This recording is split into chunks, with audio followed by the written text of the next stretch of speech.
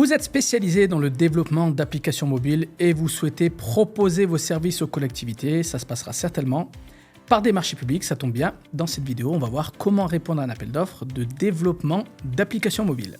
Avant ça, je vais me présenter, je m'appelle Mohamed et j'ai créé le site akonia.fr et cette chaîne YouTube pour aider les petites entreprises à répondre efficacement aux appels d'offres et aux marchés publics. Donc dans cette vidéo, on va voir comment répondre à un appel d'offres en tant que développeur d'applications mobiles. Toutes les collectivités, mairies, communautés de communes, ministères, etc., ont besoin de développer des applications mobiles au même titre que toutes les entreprises. Et donc, pour vous, les collectivités peuvent être une cible intéressante. Donc, dans cette vidéo, on va voir comment répondre à un appel d'offres.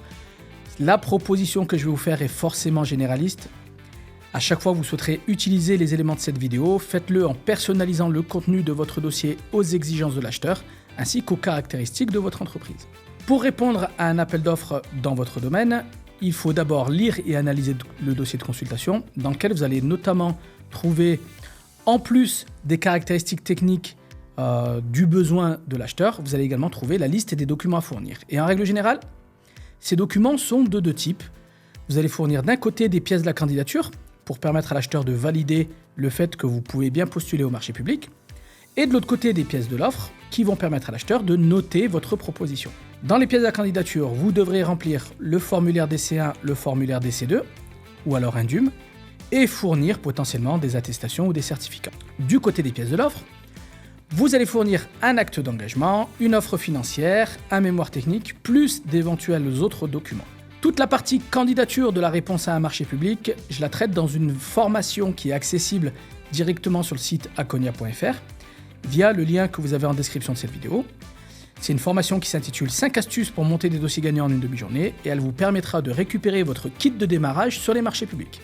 Dans la vidéo que vous suivez, on va surtout parler du mémoire technique qui est l'élément de base de votre réponse. Mais alors, qu'est-ce qu'il faut y mettre dans ce fameux mémoire technique ? En règle générale, le mémoire technique sert à répondre aux critères de notation de l'acheteur qui sont le plus souvent au nombre de 4. Pour l'acheteur, il est important de connaître les moyens humains que vous prévoyez de dédier à la réalisation de la prestation, les moyens matériels que vous allez mobiliser, votre ou vos méthodologies d'intervention, ainsi que votre politique de développement durable. Au niveau des moyens humains, ce qui va être très important, c'est de dimensionner l'équipe par rapport aux besoins de l'acheteur. Donc d'essayer d'avoir une équipe qui est assez nombreuse et assez qualifiée par rapport à ce qui est exigé par l'acheteur. Il y a quand même une constante, c'est que l'acheteur souhaite avoir un interlocuteur référent, c'est-à-dire une personne avec qui il va être en lien plus facilement. Dans votre dossier de réponse, dans votre mémoire technique, précisez bien quelles seront les missions de cet interlocuteur référent. Présentez aussi son parcours au travers de ses qualifications, de son expérience et de ses références notamment sur des prestations similaires pour démontrer que c'est la personne idéale pour gérer le projet.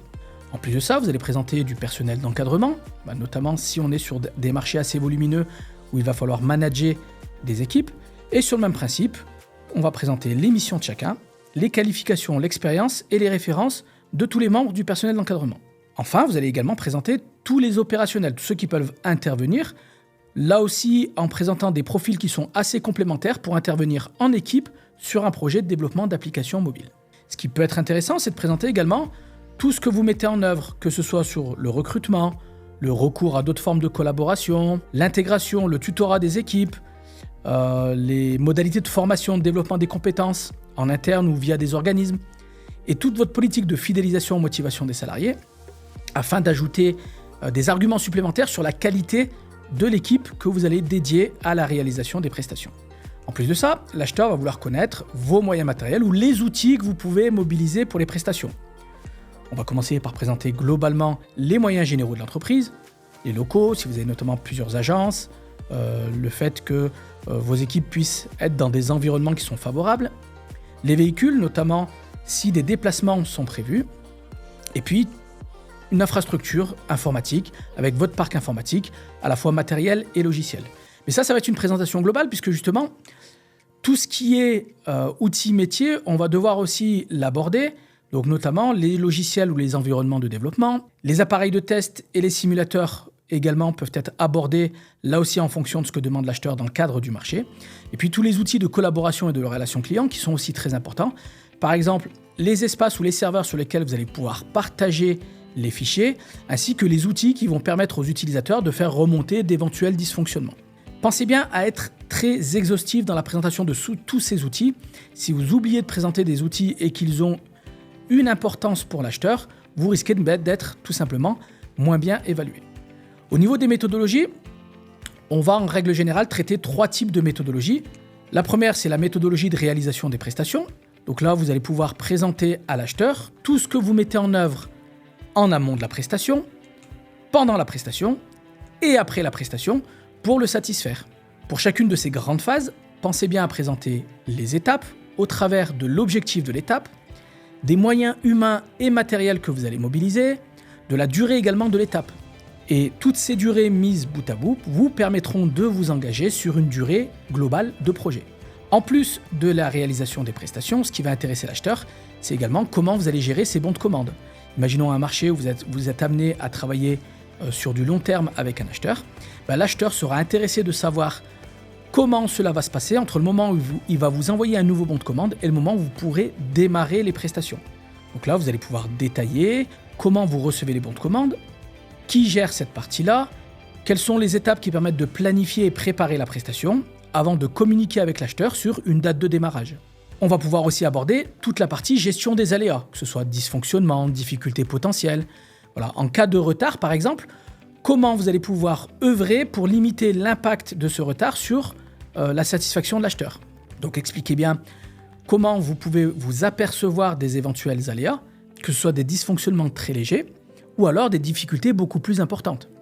Comment vous allez pouvoir analyser les causes, mettre en place un système de résolution et de suivi de cette résolution, et puis faire un retour à l'acheteur et vous permettre, dans le cadre d'une démarche d'amélioration continue, de ne pas rencontrer les mêmes difficultés. Enfin, même si vous êtes dans un domaine qui est plutôt dématérialisé, pour les acheteurs, il est important de connaître votre démarche de développement durable, c'est-à-dire la démarche et la politique de l'entreprise dans ce domaine-là, ainsi que toutes les actions que vous avez engagées. Ça peut concerner par exemple votre politique d'achat et de sélection des fournisseurs, comment vous gérez les déchets ou en tout cas l'utilisation d'énergie, comment vous faites en sorte de limiter les déplacements, de former, sensibiliser les équipes sur ces problématiques-là, et puis comment vous pouvez œuvrer dans le cadre du développement local ou de l'insertion professionnelle. Et ça aura toujours plus de sens si vous êtes capable de démontrer que dans le cadre du marché, toutes les actions que vous présentez auront aussi un impact positif.